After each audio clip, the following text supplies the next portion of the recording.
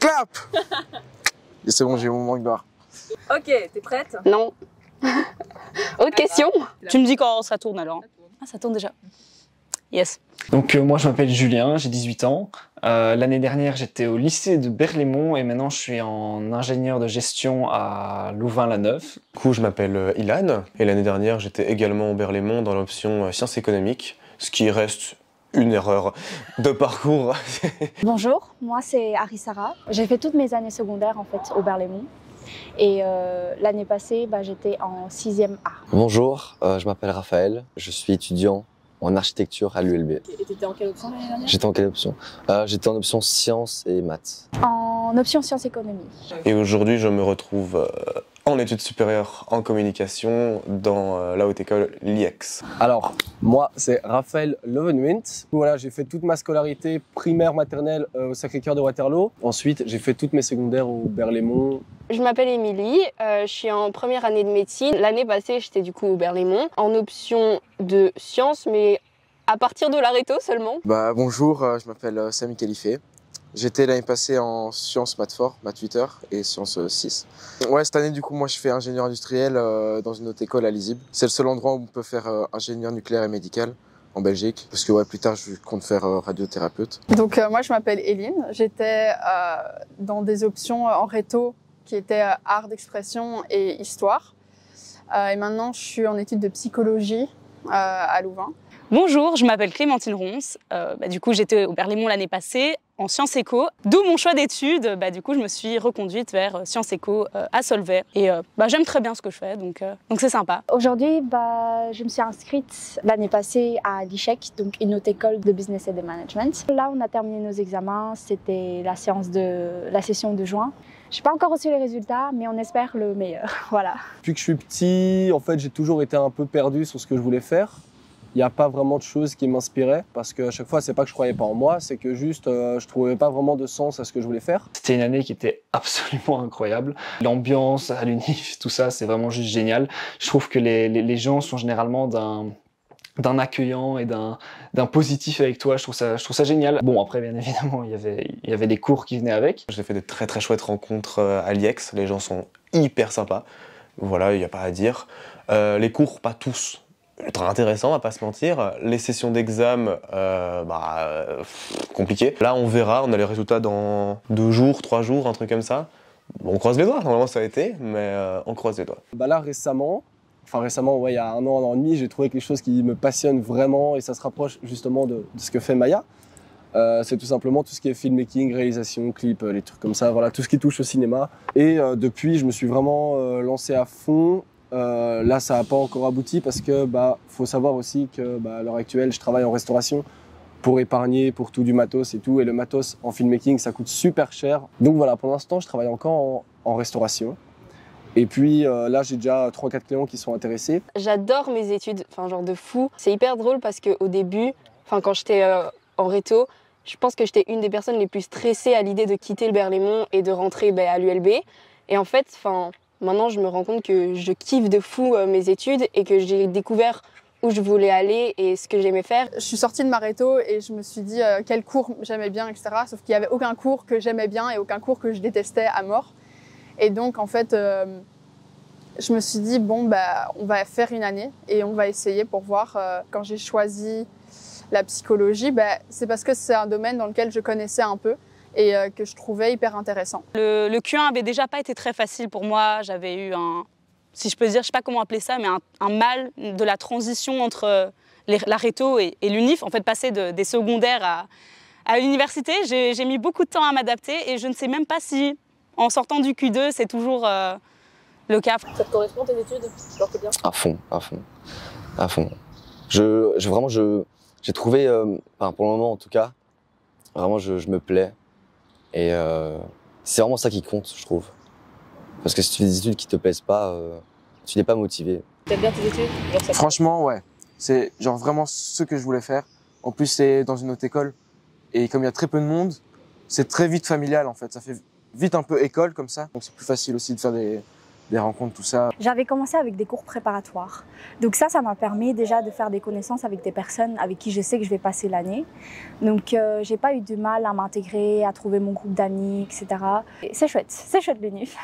Ça te permet de t'élargir aussi au niveau de ton caractère personnel, de te découvrir aussi, d'avoir plus confiance en toi, parce qu'il faut avoir en fait confiance en soi pour aller vers d'autres personnes, de nouvelles personnes qu'on ne connaît pas. Tu kiffes tes études du coup? Alors, ça dépend. Parce que techniquement, les gens là-bas, du coup, j'adore. L'ambiance, j'adore. Et globalement, en fait, j'aime beaucoup de choses. Mais à l'inverse, parfois, je me pose des questions sur l'utilité de certains cours, comme pourquoi est-ce que je vais avoir des cours de physique, de chimie, de maths hyper spécifiques juste pour pouvoir gérer une entreprise. Je trouve que ça fait surtout une séparation entre les gens. Je sais pas si tu vois ce que je veux dire. En fait, dans la vie, tu vois, chacun a ses qualités et ses défauts. Et en fait, l'université, pour moi, ça prône uniquement ta capacité de mémorisation et de logique. Et du coup, en fait, je trouve ça un peu triste parce que du coup, tu as des gens qui auraient peut-être des initiatives excellentes, des capacités de création bouleversantes. Et en fait, ils se retrouvent complètement bloqués parce que ils ont peut-être des difficultés pour mémoriser toute la matière qu'on doit tout simplement apprendre à l'UNIF. Et du coup, je trouve ça un peu triste, quoi. Alors, qu'est-ce que j'ai fait cette année? En fait, mon rêve depuis tout petit, du coup, je dis que je suis passé par des phases et tout, en mode musique, YouTube, voilà, des trucs comme ça. Mais j'avais aussi un autre rêve depuis tout petit, c'était de voyager dans un pays en particulier, le Japon. C'était mon rêve depuis tout petit en fait. Depuis que j'ai 5-6 ans, je bassinais mes parents avec ça, matin, midi, soir. Et du coup, ce que j'ai fait cette année, l'année passée, j'ai dit à mes parents, bah écoutez, moi dès que j'ai fini la réto, je vais faire quoi? Je vais juste travailler en restauration et je vais juste épargner pour mon voyage, pour ce que j'ai envie de faire. L'année passée, on a été diplômés à la proclamation. Et dès ce moment-là, 3 jours après, j'étais à Knock. J'ai commencé à bosser en restauration. Enfin, j'ai commencé à 4 ans, mais j'ai commencé à bosser pour ce voyage-là.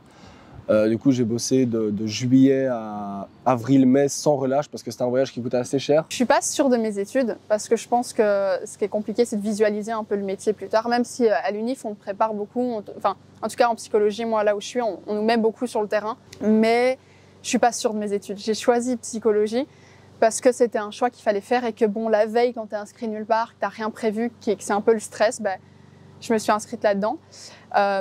Mais justement, je me dis, je vais évoluer en faisant ça. Et si c'est pas ça, c'est pas ça. Mais au moins, j'aurais pris ce que j'avais à prendre cette année. Donc, je trouvais ça sympa. Après, ça veut pas dire que je vais faire ça de ma vie, mais on verra. Évidemment, je me suis investie dans le cercle de médecine de l'ULB. Du coup, là, l'année prochaine, je vais commencer à vendre des syllabus et des synthèses pour les années suivantes. Donc, c'est trop cool de voir en fait la vie autre que les cours à l'UNIF. Parce que vraiment, en fait, à l'ULB, il y a plein d'organisations qui sont créées par les étudiants et pour les étudiants. Et c'est vraiment hyper chouette de voir ça et de pouvoir en faire partie et de mettre sa patte à l'édifice aussi. Alors cette année, beaucoup de déceptions de mon côté. Ça va changer un petit peu des témoignages qu'on a eus à mon avis avant. Quelques bonnes rencontres quand même, quelques bons souvenirs, plus que quelques, on s'est compris. C'est peut-être juste moi qui suis assez sensible à ce niveau-là et qui me dit que mon année a été très dépressive, très déprimante plutôt. Mais j'ai fait quand même des très belles rencontres, j'ai quand même changé sur certains niveaux. Mais je suis quand même fière de la personne que je deviens. Il y a quand même un grand changement entre la personne que j'étais en réto au niveau académique et celle que je suis maintenant, ça c'est clair. Après, comme je l'ai déjà dit, niveau relationnel, voilà. Mais j'ai quand même rencontré de très bonnes personnes, comme je le dis, notamment Morgane, que vous ne connaissez à mon avis pas, mais bon, gros big up à elle. Vraiment une de mes premières rencontres de l'université qui m'a très bien impactée, qui m'a fait grandir sur cette année. En début d'année, j'étais à la journée d'ouverture. Là, il y avait un sort de barbecue comme ça. Et c'est là que je me suis fait plein de copains pour le reste de l'année. Puis ensuite, j'ai découvert le cercle. J'ai appris que j'avais un cercle. Du coup, j'ai fait mon baptême. Baptisé, tout ça, roi des bleus. Merci. Est-ce que tu as une anecdote de ton année, genre un moment que tu veux partager, où tu étais fière de toi Attends, où j'étais fière de moi. Voyage de ski. Très, très drôle. C'est-à-dire que je pense que c'est la première fois de ma vie où je pourrais dire j'ai été alcoolisé 48 heures. Et ça, c'est une petite fierté personnelle. C'est-à-dire que le programme du ski, c'était ski, after-ski, dîner, boîte de nuit. Sauf que l'after-ski, elle commence à 17 heures. La boîte de nuit, elle finissait à 4. Si tu bois beaucoup pendant l'after et la boîte, bah, le temps que tu élimines l'alcool, t'es à nouveau en afterski le lendemain. Donc c'est possible que j'étais pas bourré, mais j'ai eu de l'alcool dans le sang pendant un bon 48 heures. Mais ça, c'est une fierté. Je vais y mourir là-bas aussi. Vu que je suis en architecture, donc on a 2 jurys qui se passent à la fin de chaque quadrimestre. Et donc je dirais que ce sera en vrai mes moments forts, parce que c'est le moment où tu présentes ton projet que tu as travaillé tout au long de ton quadrimestre. Et donc je dirais que c'est ça mon moment fort. Je suis pas allé à l'université un peu comme tout le monde. Je critique pas le fait que tout le monde va à l'université, je dis juste que voilà, je me suis démarqué à ce niveau-là.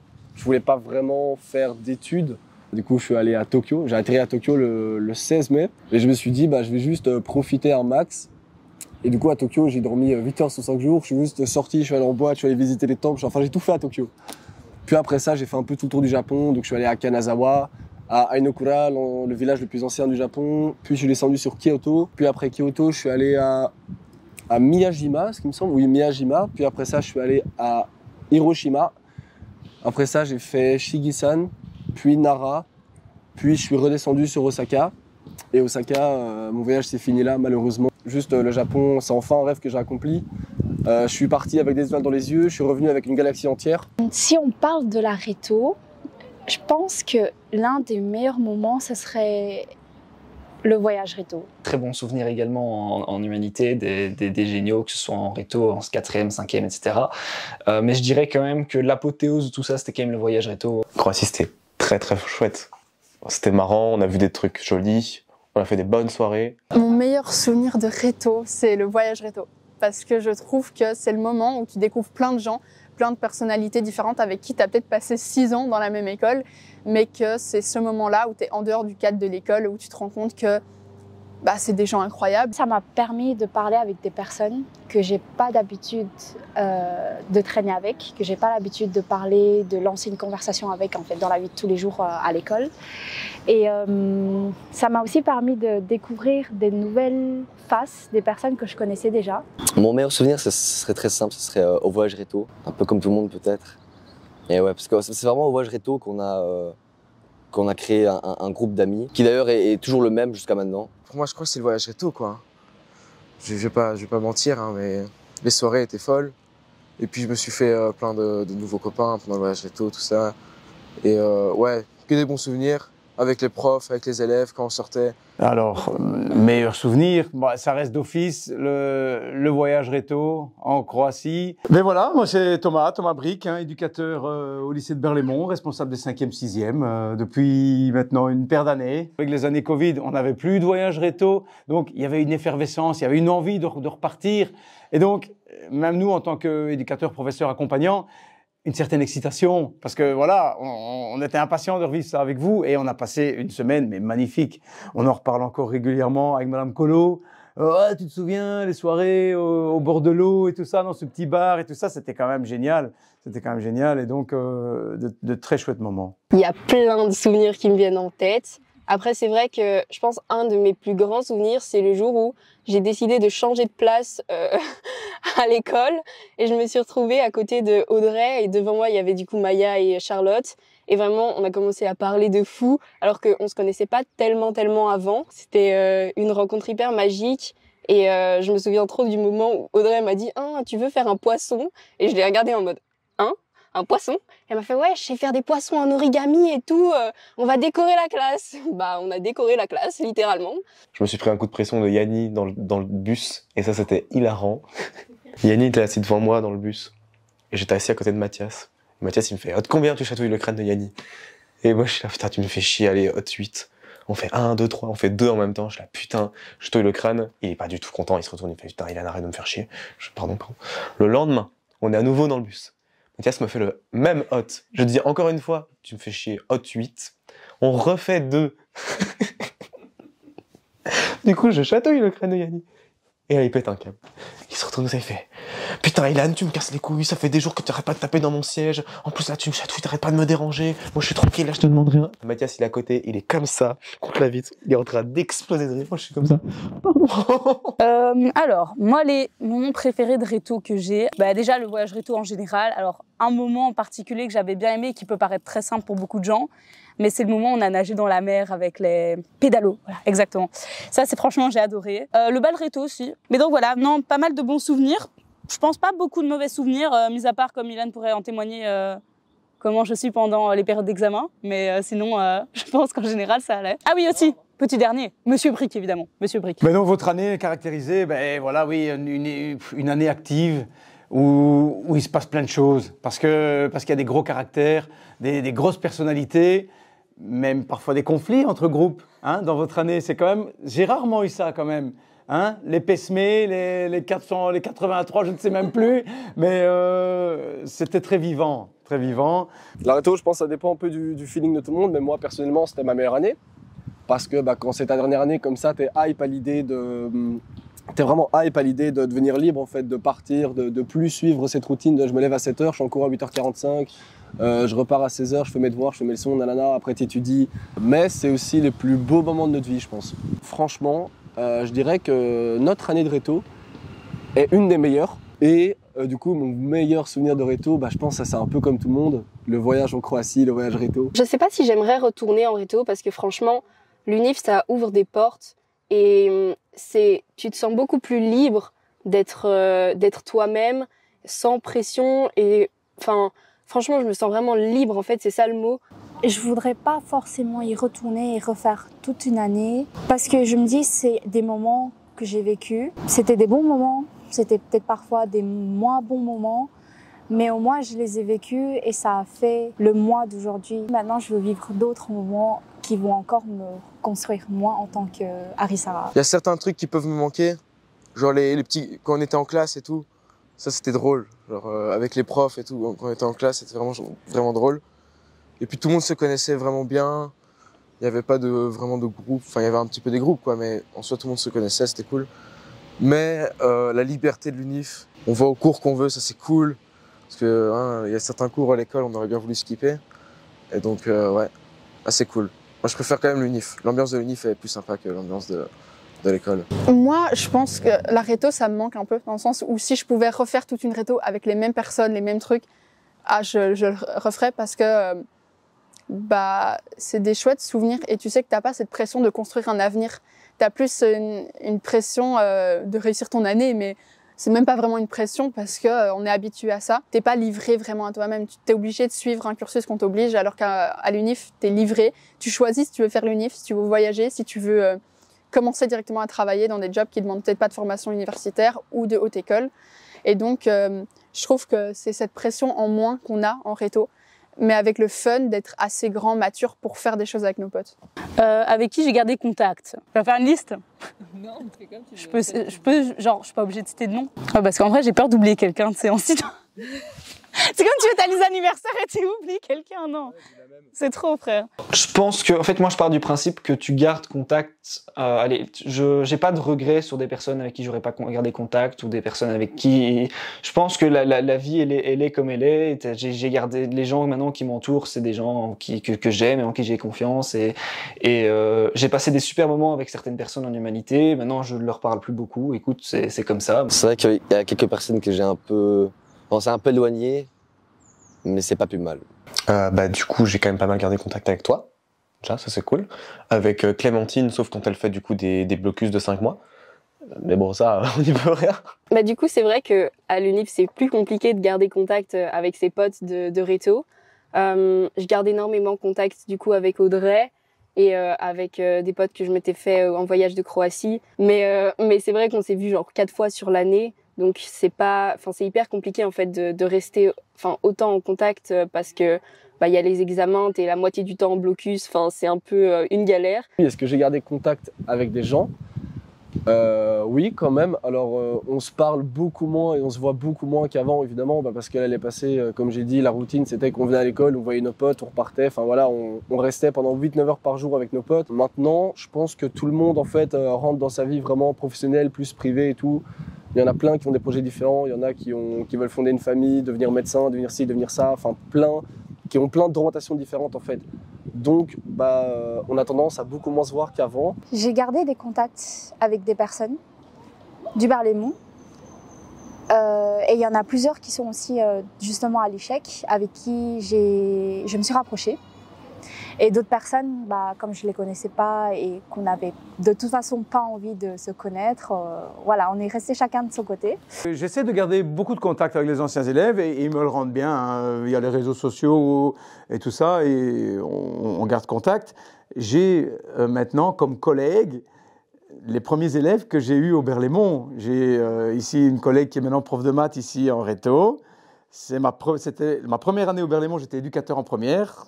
Virginie était en première et maintenant c'est une de mes collègues. On prend un coup de vieux, hein?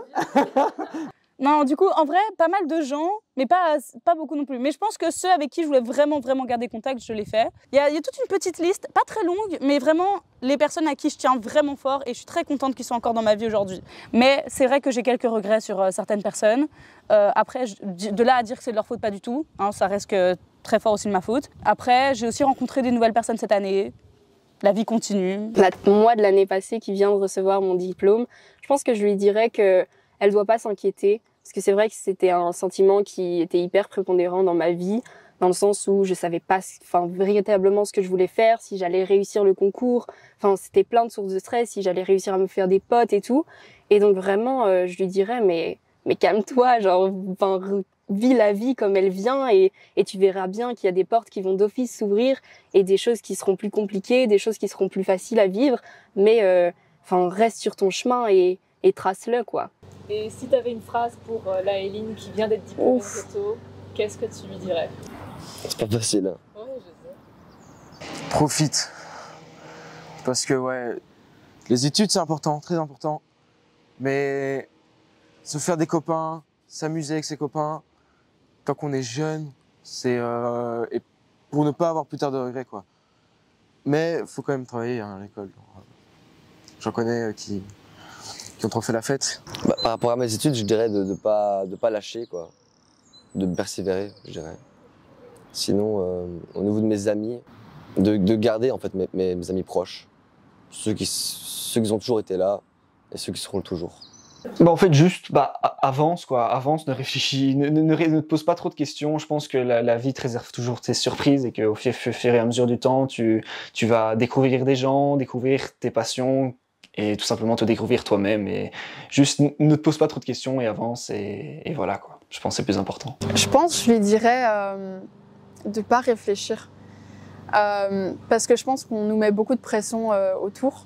Et moi, je sais qu'on mettait beaucoup de pression, pas forcément de mes parents, etc., mais plus des choix d'études que je veux faire, parce que plus c'est un choix d'études qui est éloigné de la norme, même si psycho, c'est pas éloigné, mais j'avais d'autres idées artistiques, etc., plus c'est éloigné de la norme d'un métier stable qui ne demande pas de risque, on est vite un peu regardé d'une manière tu peux faire ça sur le côté, tu peux faire ci. Et je pense que je lui dirais de pas réfléchir. Si tu as envie de faire quelque chose, fais-le. Et je pense que plus tu fais des choses, plus tu apprends. Et plus tu fais des choses, plus tu grandis. Et donc je trouve que ne pas réfléchir, c'est pas mal. Coupe-toi les cheveux. Non, mais c'est vrai. Ah, c'était pas beau. Ah non, mais fallait le dire. Parce que sinon, j'étais bien développé. J'étais content de tout. Hein. Voilà, c'était le seul truc qu'il fallait changer pour moi. Fallait juste couper les cheveux. Ouais, fallait couper les cheveux. Pas de conseils pour l'avenir, ni quoi que ce soit. Ah non, je me suis bien démerdé. Sachant que je dormais beaucoup en classe, donc ce serait peut-être de... Dors moins et écoute, sois plus présente en classe. Même si tu es présente, t'étais à moitié présente. Mais sinon, une phrase sérieuse, ne doute jamais de toi-même comme tu l'as toujours fait. Lui dire qu'elle a beaucoup changé quand même en l'espace d'un an, alors que c'est un peu les montagnes russes, hein, qu'elle était à un certain niveau, mais qu'elle a régressé puis qu'elle est en train de remonter la pente, hein, clairement, et qu'elle fera mieux l'année prochaine au niveau relationnel, mais qu'au niveau académique, elle peut être très fière d'elle parce qu'elle a évolué, et chose que j'aurais jamais imaginé sur toute ma scolarité au Berlaymont. Et j'ai remonté la pente, je suis très fière de moi académiquement, voilà. Mais du coup, lui, lâcher un mot, aie plus confiance en toi, Mago, et que tu as choisi des études qui te plaisent finalement. Raphaël. Raphaël, que penser de Raphaël? Je sais pas. Mais non, sérieusement, Raphaël, t'es passé par beaucoup de phases dans ta vie, beaucoup de phases d'hésitation. Tu savais pas ce que tu voulais faire, t'étais perdu, mais crois en toi parce que maintenant, t'as trouvé ta voie, t'as trouvé ce que tu voulais faire. Et comme t'es motivé, tu vas y arriver. Alors, des projets d'avenir, trop et pas assez. Non, c'est vrai que bah déjà réussir tous mes examens. Enfin là, cette première session, ça va. Mais les années prochaines, bah réussir, ce serait déjà pas mal. Après, c'est vrai que j'aimerais toujours autant m'investir, enfin que ce soit dans des ONG et tout. Là, je fais toujours des BA. Enfin, je suis staff dans l'ONG Défi Belgique Afrique. Et puis ouais, enfin comme projet d'avenir peut-être plus gros, réussir, devenir médecin, qu'on puisse m'appeler docteur. Enfin, ce serait pas mal. Ce que je compte faire, c'est faire mes bacheliers en Belgique. Et puis mes 2 années de master, je compte les faire à l'étranger. Donc, je ne sais pas encore si je reste en Europe ou pas, mais ce serait un peu ça mes projets long terme. Ce serait de trouver un pays qui me convient et d'y faire ma vie, quoi. Sinon, non. Ce serait juste de un peu voyager, de profiter, je dirais, et d'apprendre. Projet pour l'avenir, projet musical pour l'avenir. Enfin, ça fait des années que j'aime beaucoup la musique, j'aime beaucoup écouter de la musique et je joue au piano. Du coup, en fait, j'aimerais bien essayer de créer des morceaux, peut-être rajouter des paroles ou je ne sais trop quoi, et peut-être les enregistrer, qui sait, peut-être les poster, on sait jamais. Ça peut être une chouette idée. Je pense que j'aimerais bien. Donc, à voir. Pas vraiment. Je fais mes études, je m'amuse. Le gros projet que là j'ai en ce moment, c'est rien en fait. Hein. Réussir. Et ouais, c'est important. Et puis l'année prochaine, je fais comitard. Tu fais quoi? Comitard. C'est quoi ça? Genre bleutogie, bah, tu vois les baptêmes. T'as ceux qui baptisent. Ouais, bah, c'est le connard en toge et tout ça, ouais. C'est mon plus gros projet, ouais. Gros projet, hein. Devenir quoi? Radio, je sais pas quoi. Radiothérapeute, ouais. Donc, ouais, pas le radiothérapeute médecin. Donc, tu as 2 radiothérapeutes. Donc, c'est pas, tu vas faire médecine et tu vas dire, ouais, il faut attaquer cet endroit-là, il faut cette dose-là, tout ça. Et puis derrière, tu as l'ingénieur nucléaire médical qui, lui, va programmer la machine, réparer la machine, trouver les angles d'attaque pour éviter de toucher trop d'organes quand tu veux cibler un endroit, tout ça. Mais ça sera plutôt mon job. Bah là, je suis posé. Mais le plan, ça va être quand même de se lancer un moment dans le cinéma quand même, hein, parce que c'est quand même l'idée de base.